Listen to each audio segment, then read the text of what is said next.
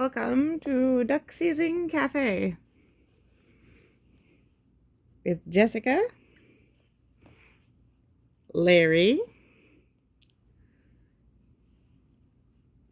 Annabelle, and Hannah. Hi! Here.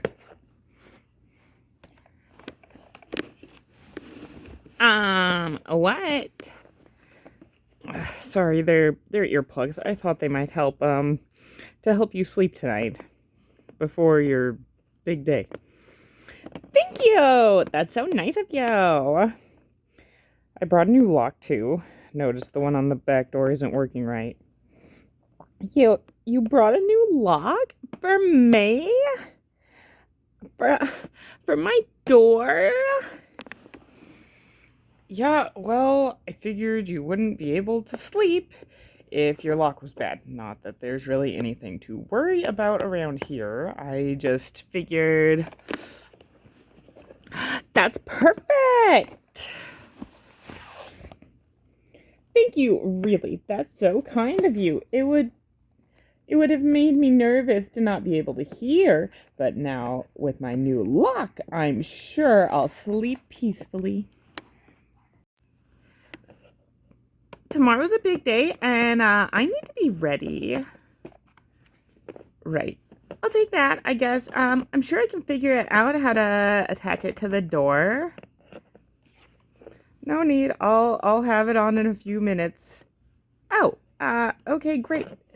Will you be here in the morning, for coffee?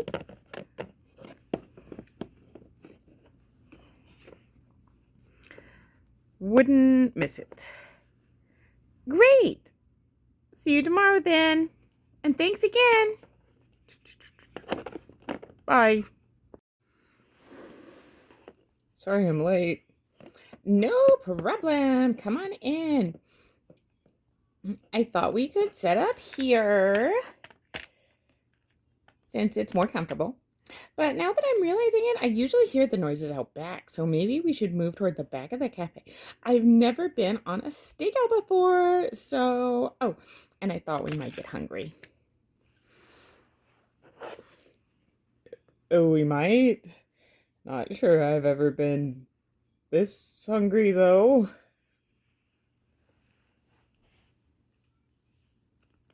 Well, we have the whole night ahead of us. I haven't stayed up all night since middle school sleepovers, and we always had a lot of snacks for those. Sure. When's the last time you heard the noise?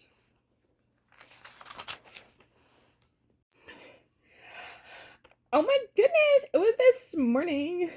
You really like those things?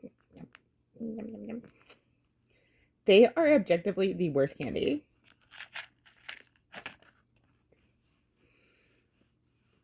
Objectively, huh? There's been studies on this? Probably. It's common knowledge that they're the worst. You bought them. You bought these terrible candies. A woman with strong opinions. I guess. So, do you have strong opinions about ghosts too? You really think that's what's going on here? Maybe. It seems as good a theory as any. Plus, the leader and everyone else seemed really convinced this was a good idea. I mean, me and you. I mean, you helping me with this. Yeah, this town is full of great ideas. You don't like it here? Duck Hill, I mean? I love it here. It's my home. Oh, it just seemed like maybe you didn't. Do you have siblings, Jessica? I have a brother who lives out in California. Okay, Well, you know that feeling that no one is allowed to say bad things about your brother except you? Like, even if he bugs you, only you can say he's a pain. Yeah, I get that. That's how I feel about this town. So you love them even though they make you crazy. Exactly. And you're here against your will because the leader sent you to help the new girl. I am not here against my will. Okay. This town, the people in it, they can be a lot. But they care about me. But I don't believe in ghosts. Ghosts or not, I'll be happy if we get to the bottom of this mystery. Although the earplugs helped a lot, and the new security system you installed, very helpful. Glad it helped. Now tell me more about these noises. Thanks for bringing these. I'm not much of a camper. You probably could have guessed that.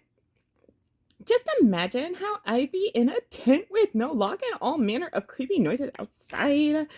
Although I did camp with the Duck Scouts as a kid, but I was mostly in it for the snacks. Nom, nom, nom, nom, nom, nom. Once I learned you could make these in the microwave. That was the end of my camping days. I could see you camping, though. You're that type of guy. What type is that? You know, the rugged type, outdoorsy, flannelly. Flannelly? Yeah, you've got a very strong, beardy, flannelly vibe going on. Don't get me wrong, it's totally working for you. I just mean the flannel is very practical for your line of work, and the beard suits you, and I'm sure you're very good at camping. I'll go grab us some pillows. Here you go. Gee, thanks. Now, we can't get too comfy or we might fall asleep and miss it. Well, we wouldn't want that.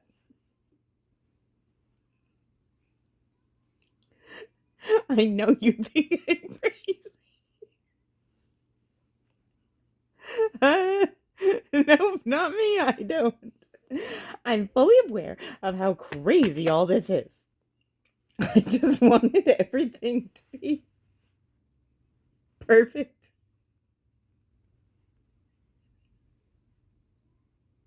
Here, for this new endeavor.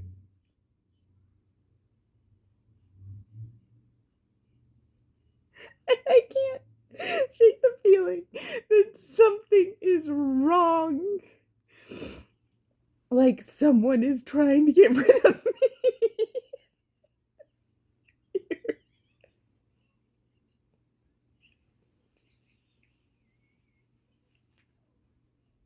I just had this vision of how it would be to live here and run this duck season cafe. And it's been different than I thought. You need to settle in. It'll be fine. My boss died on his desk, and I found him. Wait, what? Shoot, Jessica. That's awful. Yeah, it was pretty awful. What did you do there at your old job, I mean? Administrative assistant to the CEO. Wow, impressive. Not really. I mostly ran around making sure everything went smoothly. Scheduled meetings, filed paperwork, got coffee, things like that. But it ended up taking up my whole life. I never meant it to. I majored in business as an undergrad, and then I never knew what I wanted to do with the degree. It just seemed like a safe bet. Like I would figure it out afterwards. Where'd you go to school? BU. Go Ducks. The fiercest mascot around. Hey, those little things can be ferocious when provoked. Anyway, I took an assistant job, and I guess I was good at it because I ended up at the top of the company by the end, but I never meant to do it for 7 years. Then one morning, I walked in with Mr.'s drink as usual, latte in hand, and there he was. It wasn't unusual for him to stay in the office all night. No one had checked in on him. No one was even worried about him. He died completely alone. He died completely alone. The thing is, I realized that could be like me. I'd let my job become everything. My boss worked all the time, so I did too. I didn't have friends anymore. I saw my family a few times a year. I didn't even visit Doreen, and she only lived a short drive away. Everyone gets busy. I got the flu 2 years ago. The flu is very different from dying. I know, but I had it really bad. Multiple days of a high fever, throwing up, the whole 9 yards. No one checked on me. There was no one to check on me. I threw up on my living room carpet rug and couldn't clean it up until 3 days later. I had to throw the whole carpet away. Hey, don't cry, please. It's going to be all right. Shh. Everything's all right now. I promise. You can call me, okay? I'll clean things up, okay? I deal with all sorts of gross things from a farm emergency every day. Until you haven't seen anything, until you had an alpaca spit on you. This shirt is really nice. I told you being flannelly is a good thing. Sorry about that. I think I'm crashing from the sugar high. Yeah, it could be.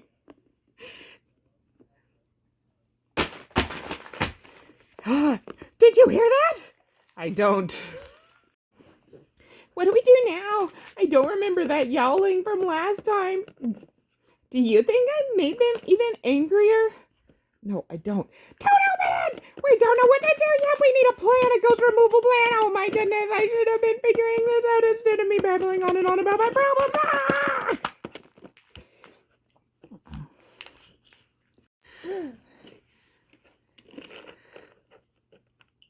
Meow.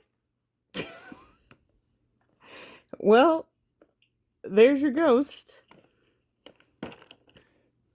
Wait, what? It's a car. It's a car. Meow. I am the world's biggest idiot.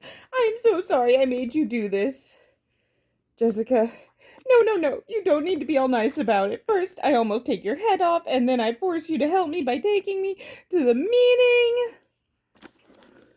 And then, oh my goodness, and then I get the duck leader involved. Hey, stop. The only person that makes me do anything is me. I feel so dumb. It's just a car. Meow. We should probably get this guy something to eat. I've got car food out in the trunk. You kind of make me look bad, you know? Shouldn't you blink more? Does this mean we're friends now? It's certainly a good sign. We're getting to know each other. Whee! Hungry. No tags. Probably a stray. You keep car food in your truck? Of course. Of course! Never know when you might need it. Ah, right. Do you have a lot of cars on your farm? We have a few barn cars. And 2 goats, an alpaca, and half a dozen chickens. But I thought you were a produce farm. They're rescues. They're not there to work. Well, except for the chickens. They lay an egg or two whenever they feel like it. I can give you the number for the vet I use. That would be great. Thanks. Meow. I guess that settles it. Yeah. All settled. Thank you for your help. I guess the leader was right. Don't encourage him. Here's the vet's number. She's the best. She'll get you all straightened out just in case anyone throws up. Here's my number. Thanks again. I really appreciate it. All of it. Your help and being so nice to me and everything. Meow. I think maybe you're not used to being treated right, Jessica. I'm gonna get going. Okay, sounds good. Thanks again, and I'll see you later. Get some sleep.